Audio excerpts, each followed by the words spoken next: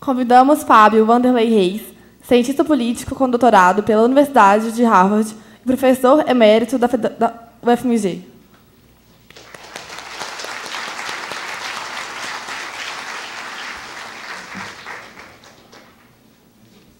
Fique mais confortável. Dá para sair ou Roberto. fica muito complicado?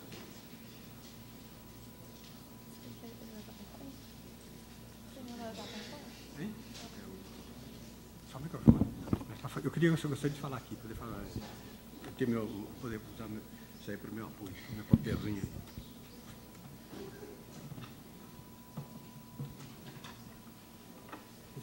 Na verdade, eu prefiro botar. E dá para. Aceito, obrigado. Bem, é um prazer estar de volta à Universidade Federal de Minas Gerais, depois de algum tempo. Agradeço a Mara o convite. Eu concordo com ênfase com a ideia de que era uma pena que a universidade estivesse silenciosa diante de um problema como esse que está posto aí. E acho muito bom que a gente possa discutir um pouco. Por outro lado, claramente, nós temos um problema complicado nessa pressão que uma situação como essa envolve. De repente, nós temos 15, 20 minutos para falar da crise, diagnosticar a crise, apontar a saída, né? Especialmente, quer dizer, a gente acaba refletindo a respeito da crise no ritmo da crise, na correria da crise, né? O que, obviamente, não é muito bom do ponto de vista do que se quer com pensar a crise, né? Enfim. Mas, como isso não tem remédio, eu começo dizendo que a ideia proposta, a pergunta proposta de qual é a saída para a crise, na minha avaliação, não tem resposta. Não há saída para a crise. Não há saída para a crise. Isso em dois sentidos. No sentido de algo que claramente está sugerido na pergunta, ou com frequência nas perguntas desse tipo, que é de que haveria algum truque a ser acionado, né, a ser posto em prática, e, pumba, as coisas estão resolvidas, né? Não há. Né? E não há por algo que tem a ver com o segundo aspecto, o segundo sentido que a coisa pode ter tomado, essa posição pode ser tomada, de que não há saída para a crise sem viver a crise, sem atravessar a crise, que já está implantado, o nó está dado. Né? Os desempregados estão desempregados, o desemprego cresce, os empregados perdem salário, perdem rendimento, os investimentos não se fizeram, etc., etc. Né? E não vai ser com piscar de olho que isso vai se resolver. As previsões já são, né, de recessão prolongada, indo por aí para 2016, eventualmente 2017, etc. Por outro lado, os componentes especificamente políticos disso também, em seus efeitos, estão aí para ficar durante algum tempo. Né? Um governo manietado, fragilizado, submetido ao protagonismo do PMDB, né, que exacerba as características do nosso presidencialismo de coalizão, vamos falar disso um pouquinho rapidamente. Por outro lado, pressionado, ou em dificuldades com o próprio PT, com o seu partido, em dificuldades com o seu eleitorado, certo? Como as pesquisas têm indicado, perda de suporte e tal. Isso traz enfim, a possibilidade de falar de uma alternativa, de qualificar um pouco o que está sendo de básico, que tem a ver com o fato de que, sim, é possível, né, dizer o que está mal economicamente, dizer quais são as dificuldades políticas e, eventualmente, passar daí para uma outra possibilidade, algo mais que é também possível, que tem a ver com um diagnóstico, digamos, sociologicamente orientado em termos de uma ciência política adequadamente entendida, né, que remete às dificuldades institucionais que produzem os inconvenientes, né, que viabilizam uma crise como essa, né, que fazem que a crise esteja aí. Por que é que um governo, como está acontecendo, perde apoio no Congresso? Por que o PMDB pode fazer o que faz, o que vem fazendo? Por que ele pode atuar desse jeito, etc.? E essas coisas remetem a algo que eu tenho a impressão de que permite uma posição um tanto diferente, intermediária em relação a certos extremos, com respeito ao que nós vimos nas intervenções anteriores. Eu acho que, obviamente, para tentar conta da crise, temos que fazer um esforço de distanciamento, né? Mas, obviamente, não é o caso de transformar isso numa ampla discussão teórica, de alcance teórico, geral, etc., né? Nós temos que, de alguma forma, dizer coisas que sejam relevantes para agarrar, encaixar a crise, por assim dizer, né?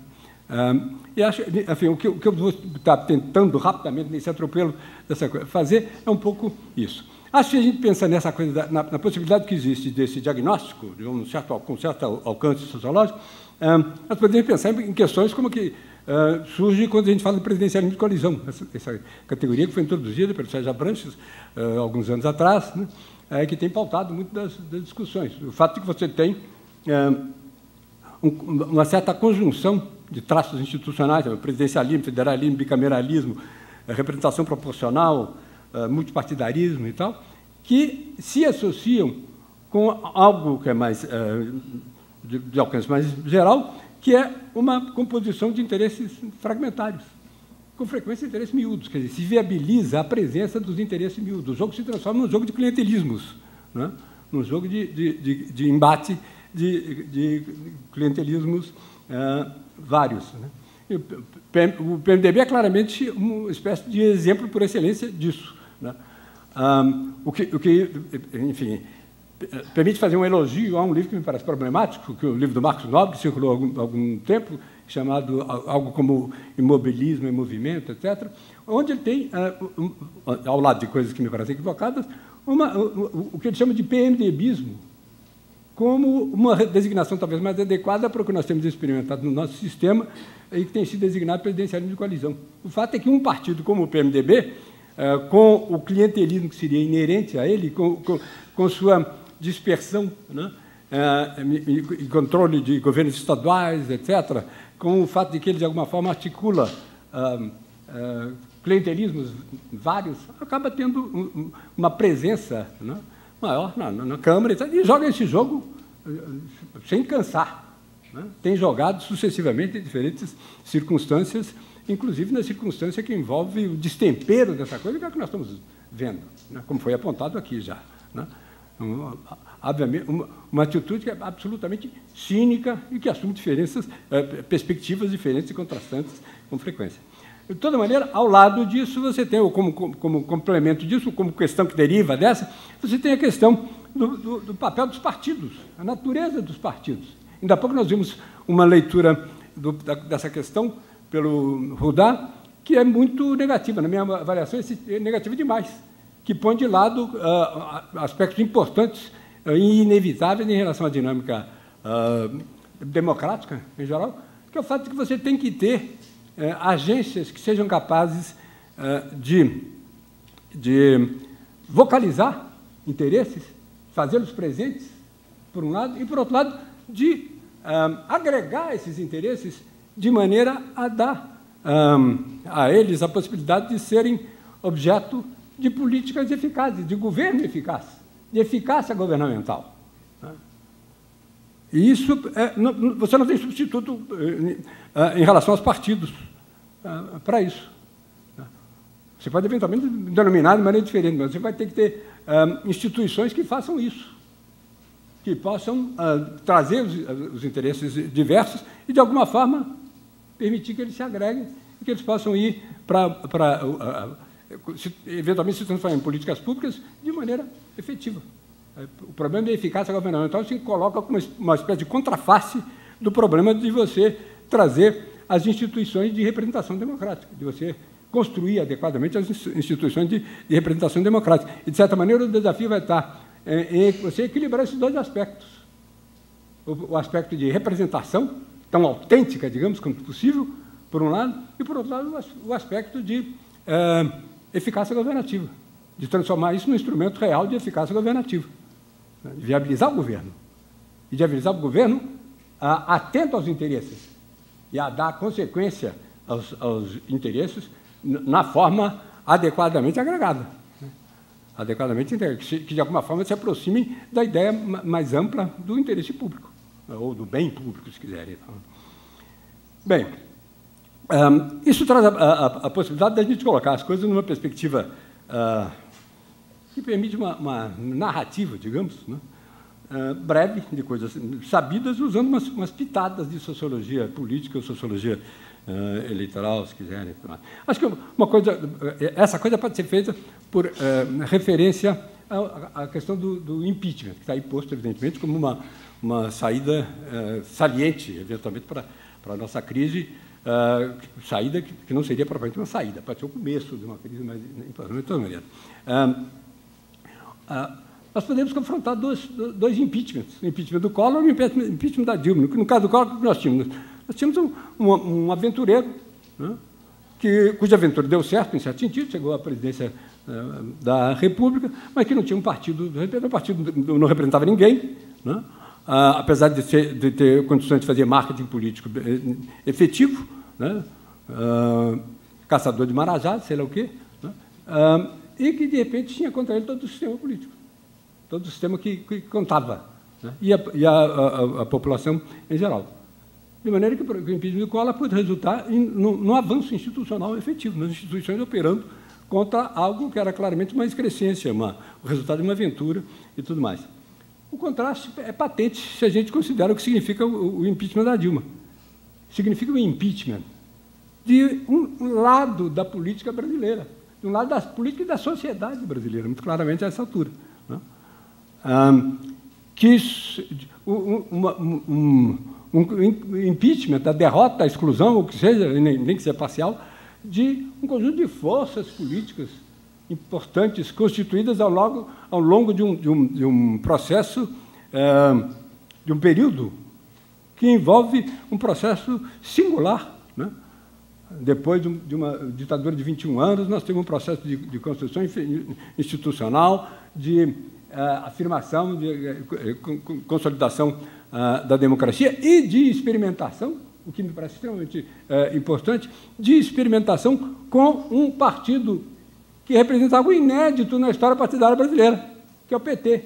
Inédito em que sentido? Inédito no sentido da consistência que ele apresenta. Desde o começo, bem ou mal, um partido, para surpresa, né, de quem está acostumado a lidar com a história partidária brasileira, um partido que apresenta uma certa consistência de ideias, que apresenta uma certa proposta, uma certa ideologia, ainda que possa ser uma ideologia que se mostra equivocada do ponto de vista da sua inserção naquele momento, na nossa realidade, etc. Isso ficou muito patente, né? Foi preciso recuar, etc., num processo que envolveu um aprendizado importante. Um partido, por outro lado, que tem claramente, nesse sentido, algo, sim, sem dúvida, inédito, um compromisso social, que ficou patente, né? Que conta com uma liderança que também é inédita, singular, uma liderança de origens populares reais, né? O que não significa, que não transforma essa liderança numa liderança pouco sujeita a erros de tipo diverso, né? Pode até ser uma razão para que, sim, ocorram esses erros. Há um certo sentido em que cabe, sim, na visão de Lula como uma figura pouco sofisticada intelectualmente, etc. E, para destacar um aspecto específico que pode ter relevância do ponto de vista disso, é difícil esperar do Lula que ele seja um construtor de instituições, né? E eu acho que no aspecto específico que eu pretendo destacar logo em seguida, isso surgiu com muita clareza, né? No fato de que, de todo modo, se a gente prescinde um pouco da sociologia do eleitorado, que seria possível fazer aqui, que nos levaria a ver até que ponto o eleitorado popular, que acaba constituindo a base social desse movimento, desse partido, etc., é claramente um eleitorado caracterizado por certas deficiências análogas a essas que eu estou apresentando em relação ao próprio Lula, pouco sofisticado politicamente, pouco atento, sem condições de se envolver de maneira sofisticada e atenta com a política, de inserir os objetivos que passa a ter de natureza mais tópica num quadro mais geral, envolvendo um certo diagnóstico do universo sociopolítico, econômico, etc., em que estamos atuando, etc. Esse é, sem dúvida, o eleitorado que cabe ver como um eleitorado que fornece o substrato social do processo que nós vivemos, especialmente do PT, né? Isso se contrapõe, por exemplo, a tese como André Singer, que andou sustentando há algum tempo, que vê o eleitorado lulista como caracterizado por uma ideologia política de tipos especiais, e aí faz um malabarismo complicado para evitar a constatação do fato simples de que trata-se de gente pobre, herdeira de um longo processo secular, muito secular, de escravidão, né? E que apresenta deficiências correspondentes a isso. O que não significa, evidentemente, transformar essa gente, as vítimas, em culpados, né? De alguma maneira, como em alguma literatura mais ou menos recente, Alberto Novaes, enfim, me escapa o nome, A Cabeça do Brasileiro, é o título do livro, etc., que envolve, como lido especialmente pela Veja, pela revista Veja, envolve uma atribuição de uma certa culpabilidade, né, a esse eleitorado pobre, desinformado, etc. Eles são os culpados da coisa. Bom, de toda forma, Dilma é claramente, ao assumir, né, a candidatura em 2010 e posteriormente 2014, etc., um poste que foi a criação do Lula, né, e um poste que não é poste apenas no sentido eleitoral, que teria dificuldade de se viabilizar eleitoralmente, né, nunca se viabilizaria eleitoralmente por si mesma, mas é um poste no sentido que tem consequências importantes, relevantes, para a própria liderança que seria capaz de exercer. Acho que é patente a essa altura e não há como resistir com relação a esse aspecto específico. A onda de xingamentos que a gente recebe do outro lado, ou que se recebe do outro lado, para tornar mais impessoal, né, a coisa, e se recebe da direita, né, cuja força o da Rich apontava, apesar disso, é difícil, né, evitar essa caracterização com relação a esse papel, né? E acho que a consequência que nós estamos vendo da crise, os desastres do ponto de vista da administração econômica, a incompetência na administração política da coisa, seja em seus aspectos negativos, mas imediatos, que exigem esperteza, seja no sentido de uma visão para frente maior, que pudesse condicionar esse jogo, etc., acho, insisto, patente, né? Dilma é uma figura lamentável, na minha leitura. E, bom, de quem é a culpa pela figura lamentável que é a Dilma exercendo a presidência da República? Do Lula. Quem inventou a Dilma? Foi o Lula. E por que o Lula inventou a Dilma? Essa é a grande pergunta em relação a isso. Provavelmente por más razões. Pela ruindade da Dilma. Pela ruindade da Dilma. Porque a Dilma ruim não ameaça Lula líder. Não ameaça se transformar na grande líder, né, que eventualmente pega a tocha para continuar a conduzir. Né. Só que a aposta deu errado porque desandou demais. Né. A ruindade foi muita. A ruindade foi muita. E não dá para preparar o terreno para a sua volta fazendo uma porcaria dessa, né, meu amigo? Então, bom, seja como for, havia a possibilidade de uma certa expectativa de que, com a Dilma petista, etc., eleita, nós tivéssemos, bem ou mal, um deslocamento do apoio daquilo que tem a ver com a influência personalista exercida pelo Lula para o apoio ao partido, uma certa identificação com o partido como tal, né? Bem ou mal, com todas as qualificações que a gente já introduziu, etc., o fato é que Dilma não é Lula, não é? É PT. Então, né, você poderia ter categorias diversas de petistas, e algumas pesquisas andaram mostrando a relevância disso, etc., recentemente e tal, né, e poderia haver uma disputa, uma aposta que veria isso como positivo. Outra vez isso é comprometido, tudo indica, né, pelo rumo que as coisas tomaram, né, por aquilo que, de fato, veio a resultado dessa aposta, né, e a expectativa se tornou meio deslocada. Aí vem o quê? 2014. 2014 envolve uma eleição com características especiais, com uma dinâmica muito especial. Nós temos Marina Silva, Eduardo Campos, morte de Eduardo Campos espetacular, que obviamente influenciou fortemente, né, as adesões em seguida, permitiu o crescimento de Marina, exagerado, mesmo diante dos resultados positivos que ela tinha obtido anteriormente, na eleição anterior, etc., e exagerado como ficou evidente no relativamente fácil que foi solapar a candidatura dela. Né? Com uma consequência adicional, que foi o crescimento do Aécio nessa sombra, né? Se beneficiando do ganho que a Dilma tinha conseguido, né? E que começou a perder nos atritos da campanha. E isso produziu o quê? Produziu a ilusão de que agora sim, nós, PSDB, ganhamos a eleição. Houve claramente essa expectativa, que resultou em quê? Resultou em festejo antes da hora e em frustração na hora que os resultados saíram. Né? Frustração na hora que os resultados saíram. Que tem alguns detalhes que mostram isso de maneira mais dramática, que, por exemplo, o caso de Pernambuco, né? Em que o Eduardo Campos consegue fazer um sucessor na eleição para o Estado, e daí a pouco tem o segundo turno da eleição e a Dilma ganha com 70% dos votos. Né? E muito claramente, isso deixou nítido, palpável, o impacto da coisa da morte do Eduardo Campos na dinâmica do processo. Né? O fato é que o PSDB achou, agora é nosso. Depois de todos esses reveses que ficaram para trás, agora é nosso. E não foi. Isso fez o quê? Isso fez intensificar, né, algo que já vinha, evidentemente, acumulando um enfrentamento repetido, que era o caráter, o componente de ódio, o componente odiento, de polarização rude, propriamente odienta, marcada pelo ódio, que me parece que assumiu, na virada da eleição e no pós-eleição, assumiu características que permitem falar disso aí como tendo ocorrido em muito maior grau, pela minha experiência pessoal, certamente eu diria isso, em muito maior grau do que o que nós vimos ao redor de 1964, com a suposta ameaça comunista e a resistência a ela.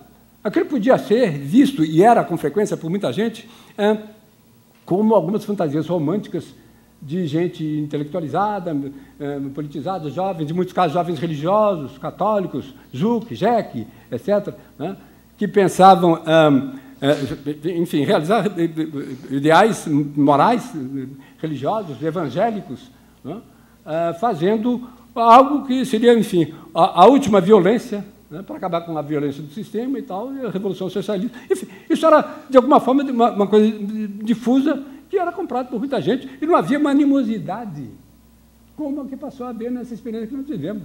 Eu nunca vi, né, no âmbito familiar ou nas proximidades, nada parecido com o que eu tenho visto agora, nem em 1964. Nem em 1964. Agora sim, as coisas estão azedas. Eu não posso falar de política, no limite, nem em casa, nem com minha mulher. Né? Eu vou falar com minha irmã e da cacete, da briga. Da briga. A coisa está efetivamente cindida. Está com o PSDB, o DN, em Minas, em Peçanha, minha cidade natal, na década de quê? 50. Né?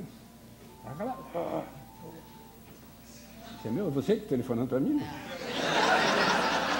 Jamais. Para dizer que acabou? Isso é você com você mesmo. Eu prometo que vou, enfim, tratar de baixar o coisa. Eu só queria destacar, além dessas coisas, destacar um aspecto que eu acho que é muito importante, porque envolve um componente institucional, uma ramificação institucional de relevância especial, peculiar, né? Que é o fato de que nós temos, isso é patente, né? Também era destacado por Rudá, com a coisa da direita, etc., nós temos claramente que a iniciativa no momento que nós estamos vivendo, né, na crise, é do pessoal que perdeu a eleição, é da direita. Né? É do pessoal que perdeu a eleição. Isso, por um lado, muito claramente, pode se sustentar, se apoiar em algo como a crise econômica, nas ruindades, etc., que estão acontecendo contra esse aspecto, mas pode se apoiar também em algo, aí que surge essa peculiar ramificação institucional, pode se apoiar também no fato da corrupção, que tem relevância institucional e peculiar, porque envolve pesadamente a justiça. E resulta no envolvimento forte da justiça, o que coloca problemas de análise, né?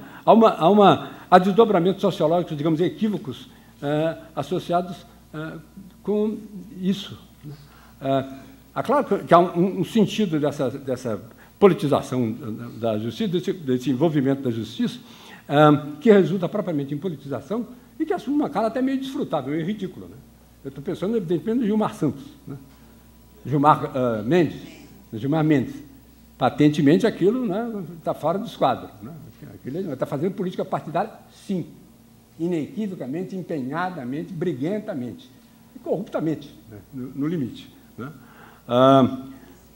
Mas, além disso, há algo que eu acho que a gente pode captar por uma referência a uma posição do professor Vanderlei Guilherme dos Santos a respeito disso. Ele estava falando do julgamento do Mensalão, né, e caracterizava o julgamento do Mensalão como um julgamento de exceção. Né, como um julgamento de exceção. E eu acho que há um sentido muito claro que se pode resgatar alguma coisa desse tipo com relação à justiça brasileira, e que tem a ver com o fato, que todo mundo sabe, que a justiça brasileira sofre, sim, um forte viés social. Né? Ela é enviesável. Né? Ela a maneira como ela tradicionalmente julgou ou se relacionou com, digamos, os do andar de cima, para usar a expressão do meu nome dele, o nosso comentarista, jornalista, enfim, que escapou agora, né? Tem um negócio que chama disnomia, eu aprendi recentemente, que é o meu caso, a gente esquece os nomes, né? A partir de certa fase. Mas não só há isso, como há também uma coisa adicional, que é o fato de que isso eventualmente permite uma hipótese que é o seguinte, que é simplesmente o fato de que, se a gente desloca da justiça relacionada com o processo penal, etc., com os pobrezinhos que vão lá e são presos por sei lá o quê, e poderá ser na prisão antes de haver qualquer julgamento, ou o que seja, né? E esse lado mais torpe do viés social da nossa justiça, se a gente põe isso de lado, ao fato de que, de repente, tendo que julgar partidos, né, parece muito claro que uma justiça composta dessa maneira, com esse viés, vai ter, sim, muito mais facilidade em julgar um partido com o perfil do PT do que um partido, digamos, com o perfil do PSDB. Né? Uma figura como Fernando Henrique Cardoso, na liderança desse partido, patentemente, forçosamente, inevitavelmente, é visto de começo com um olhar diferente por parte dos outros integrantes dos altos tribunais do país, do sistema tribunal. No caso de um Lula, nós somos autorizados, né? No caso de um PT, de seus asseclas, né?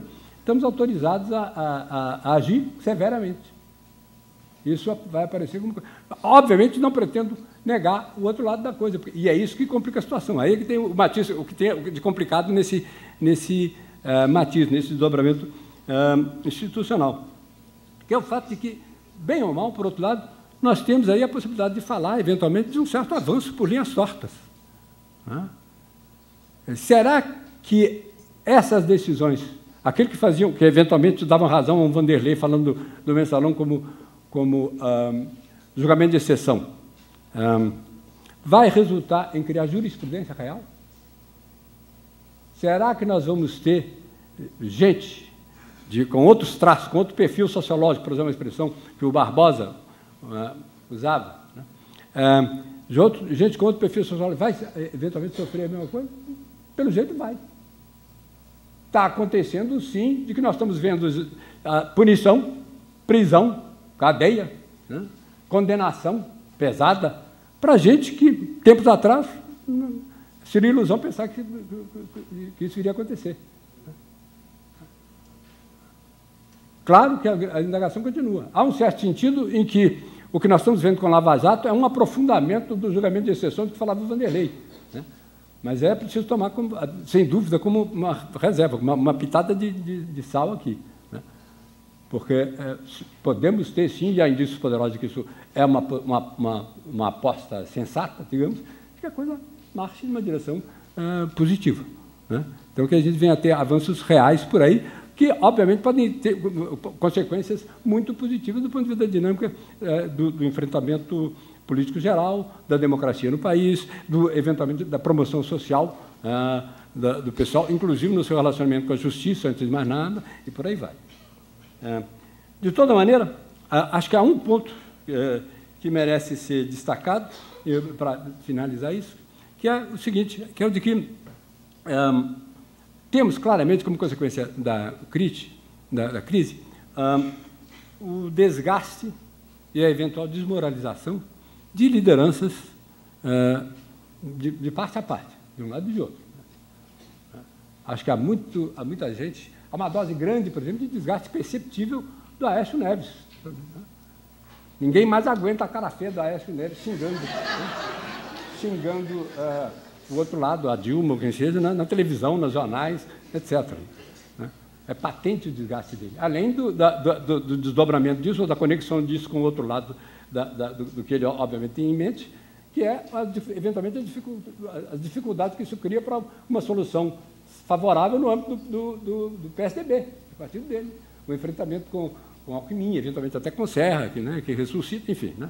As coisas ficaram mais complicadas. Mas há também uma desmoralização do outro lado, e algo que poderia ser chamado de desmoralização na acepção inglesa da palavra, demoralization, no sentido de que há uma perda do ânimo, uma perda do moral. Né? O moral fica baixo, fica ruim, por parte das lideranças, né, do partido, das lideranças mais autênticas, etc. De um Lula, sem dúvida, que está aí feito barata tonta, né? Dizendo cada hora uma coisa, numa direção, enfim. E a grande questão é como é que isso afeta também pela frente. Né? O que nós vamos ter? Acho que, com relação especificamente à coisa do impeachment, como ponto saliente do que a gente tem pela frente, é possível a gente se colocar a questão da saída, não em termos da solução, mas em termos de como é que a coisa vai se desenrolar. Eu diria que nós temos três possibilidades, se a gente pensa em termos das possibilidades meramente lógicas. Uma é um impeachment que não prospera, então a gente vai seguir tendo um governo frágil, PMDBismo, né, no sentido do Marcos Nobre, instabilidade, eventualmente renúncia da Dilma, na medida que a ruindade fique demais. Né? Em segundo lugar, um impeachment e alguma espécie de revolta popular, inconformismo popular. O discurso do golpe estaria disponível, né, já vem sendo utilizado. O eleitorado popular seria despertado para a mobilização. Dá para lembrar, por exemplo, de 1954, gente da minha idade tem condições de lembrar, né? De 1954, em que você tinha um clima de opinião pública quentérrimo, mobilizado em torno do Lacerda, etc., e, de repente, um tiro na cabeça do Getúlio Vargas, e o quê? A opinião pública é outra. O que permite a gente constatar muito claramente que a opinião pública não é a opinião pública, são opiniões públicas várias. Né? E depende, será que essa é a questão, né? Será que alguma coisa parecida ameaça acontecer no país? Pode ser problemática essa aposta, tendo em vista as características que eu apontava em relação ao eleitorado, do que seria realmente o substrato social do que nós temos visto. Mas, e, finalmente, existe a possibilidade melancólica de um impeachment sem inconformismo popular. Acontece o impeachment, e nós, desalentadamente, vamos ficar perguntando, será que o PT abatido começa de novo? Será que vamos ter mobilização com a rede da Marina Silva? Será que vamos ter Lula em 2018, em condições de competir? E para fazer o quê? Que articulações teria com a questão de saber se a candidatura é efetivamente relevante do ponto de vista da dinâmica favorável da democracia brasileira, e por aí vai. Né? E que, eventualmente, é impedido, a possibilidade dessa candidatura é impedido, para começar, por ações que são dirigidas especificamente a isso, está havendo iniciativas para impedir, para proibir a reeleição, mesmo num caso como o do Lula, e, obviamente, sobretudo, num caso como o do Lula, pensar a coisa é diretamente para ele. E, eventualmente, existe a possibilidade de o Lula ser alcançado pela justiça e isso ter desdobramento também, que vão nessa direção. Então, isso deixa todo o jogo em aberto. Né? Eventualmente, nós estamos do mesmo tamanho, com uma certa regressão que envolve a perda, inclusive, daquilo de mais positivo que a gente terá bem ou mal alcançado nesse período de pós-regime de 64. Muito obrigado, desculpe se eu passei um pouco do limite.